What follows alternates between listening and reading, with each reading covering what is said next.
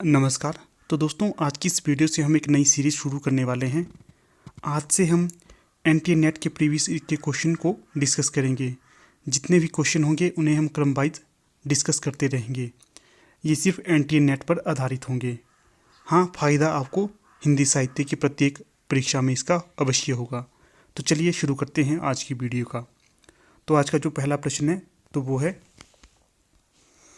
संविधान के किस अनुच्छेद में देवनागरी लिपि में लिखित हिंदी को संघ की राजभाषा घोषित किया गया है? तो ये प्रश्न नेट दिसंबर 2014 में पूछा गया था। तो यहाँ पर जो पहले प्रश्न का सही उत्तर होगा तो वो होगा विकल्प सी 343। तो प्रश्न है, संविधान के किस अनुच्छेद में देवनागरी लिपि में लिखित हिंदी को संघ की राजभाषा घोषित किया गया? तो ये किया गया था अनुच्छेद 343 के तहत। सी विकल्प सही होगा। अगला प्रश्न है 2, भारतेंदु के अनुसार हिंदी नई चाल में कब ढली? तो ये प्रश्न पूछा गया था दिसंबर 2004 में। तो यहाँ पर विकल्प होंगे 1880, 1857, 1873 और 1860 में। तो सही विकल्प होगा सी 1873 में। अगला जो प्रश्न है तो प्रश्न है 3, भारतीय संविधान के किस अनुच्छेदों में राजभाषा संबंधी प्रावधानों का उल्लेख किया गया है? तो ये प्रश्न 2005 में नेट की परीक्षा में पूछा गया है। तो यहाँ पर जो सही विकल्प होगा तीसरे का तो वो होगा विकल्प ए, अनुच्छेद 343 से लेकर 351 तक। आगे देखते हैं प्रश्नों को। आगे है चौथा प्रश्न। तो प्रश्न पूछा गया है, निम्नलिखित में से कौन सी सघोष महाप्राण ध्वनि है? तो ये भी एनटी नेट में पूछा गया है। तो 4 का सही विकल्प होगा डी, ठ। आगे है प्रश्न 5। प्रश्न पूछा गया है, निम्नलिखित में से कौन सा पशज स्वर है? तो यहाँ पर जो सही विकल्प होगा 5 का तो वो होगा विकल्प ए, आ। ये पशज स्वर है। ये जून 2005 में पूछा गया था। अगला प्रश्न है 6। तो प्रश्न पूछा गया है, हिंदी भाषा के विकास का सही अनुक्रम क्या है? तो ये पूछा गया था नेट जून 2005 में। तो छठे का जो सही क्रम होगा तो वो होगा विकल्प ए, सबसे पहले प्राकृत, उसके सबसे पहले पाली आएगी, उसके पश्चात प्राकृत, उसके पश्चात अपभ्रंश और सबसे अंत में हिंदी। ए विकल्प सही होगा। अगला प्रश्न है, ये स्लाइड हो चुकी दोस्तों। अगला प्रश्न देखते हैं, छठा प्रश्न। तो प्रश्न है 6, हिंदी भाषा का विकास का सही अनुक्रम। तो ये प्रश्न भी हो चुका है, ये सही विकल्प होगा। अगला प्रश्न है, निम्नलिखित हिंदी भाषाविदों को उनके ग्रंथों के साथ सुमेलित कीजिए। तो एक तरफ भाषाविद दिए गए हैं, दूसरी तरफ उनके ग्रंथ दिए गए हैं। भाषाविदों को उनके ग्रंथों के साथ सुमेलित करना है। तो जो 8 का सही विकल्प होगा तो वो होगा विकल्प बी, अर्थात ए का 2, बी का 4, सी का 1 और डी का 3 होगा। तो यहाँ पर मिलान करते हैं, कामता प्रसाद गुरु का होगा हिंदी व्याकरण। तो ये सही होगा। आगे है किशोरीदास वाजपेयी का, तो इनका होगा हिंदी शब्दानुशासन। आगे है उदय नारायण तिवारी का, तो इनका होगा हिंदी भाषा का उद्भव और विकास। और अंत में होंगे रामविलास शर्मा, तो इनका होगा भाषा और समाज। विकल्प भी सही होगा। अगला प्रश्न देखते हैं 9। तो प्रश्न में पूछा गया है, मुंडा भाषा परिवार का क्षेत्र कौन सा है? विकल्प है राजस्थान, मध्य प्रदेश, तमिलनाडु या छोटा नागपुर। तो सही विकल्प होगा विकल्प डी, छोटा नागपुर। तो ये प्रश्न भी दिसंबर 2005 में पूछा गया है।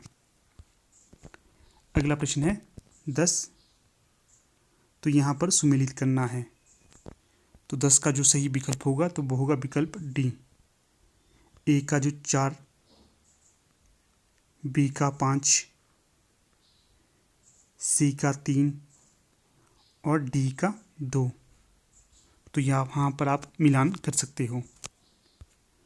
अगला है 11। तो प्रश्न पूछा गया है, इन बोलियों को उनके बोली क्षेत्र के साथ सुमेलित कीजिए। तो 11 का जो सही विकल्प होगा तो वो होगा बी, अर्थात ए का 4, ब्रजभाषा है, अलीगढ़ में बोली जाती है। दूसरा है भोजपुरी छपरा में, मैथिली दरभंगा में और अवधी सुल्तानपुर में। तो यहाँ पर ये उचित मिलान होगा। अगला प्रश्न है 12। तो प्रश्न पूछा गया है खड़ी बोली का प्रयोग सबसे पहले किस पुस्तक में हुआ? विकल्प हैं भक्ति सागर, सुख सागर, काव्य सागर या प्रेम सागर। तो ये प्रश्न पूछा गया है 2006 में। तो 12 का जो सही विकल्प होगा तो वो होगा विकल्प डी, प्रेम सागर में। खड़ी बोली का प्रयोग जो सबसे पहले पुस्तक में हुआ था तो वो हुआ था प्रेम सागर में।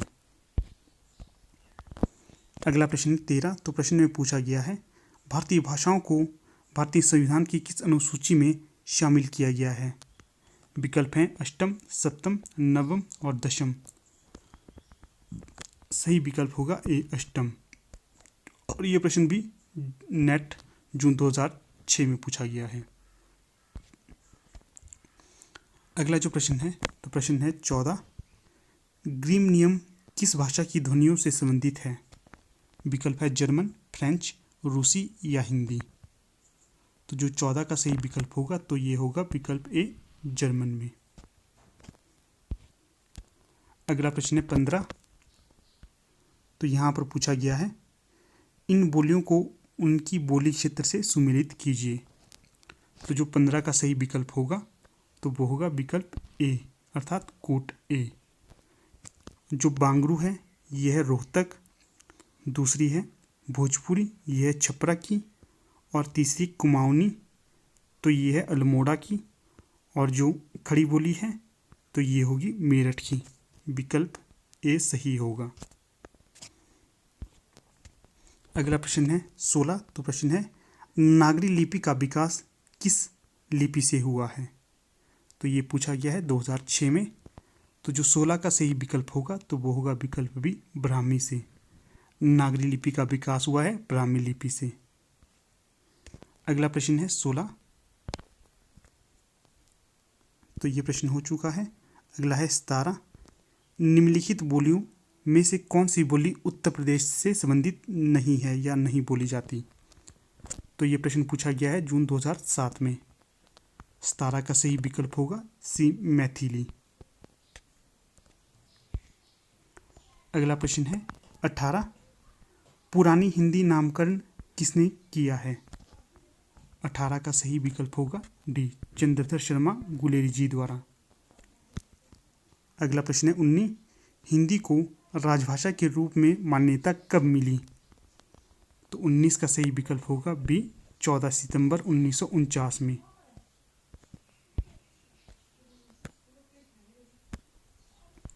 अगला प्रश्न है 20।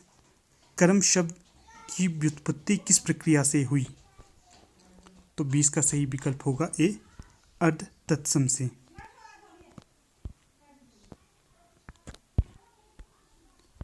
अगला प्रश्न है 21। तो प्रश्न पूछा गया है निम्नलिखित बोलियों को उनके भौगोलिक क्षेत्र के साथ सुमेलित कीजिए। तो 21 का जो सही कोट होगा तो वो होगा सी, अर्थात हड़ौती का होगा राजस्थान, बघेली का होगा मध्य प्रदेश, गढ़वाली का होगा उत्तराखंड और कन्नौजी का होगा उत्तर प्रदेश। कोट सी सही होगा। तो ठीक है दोस्तों, यहाँ पर हमारी वीडियो फ़िलहाल समाप्त होती हुई। जल्दी आपसे मुलाकात होगी एक नई वीडियो के साथ। तब तक के लिए धन्यवाद।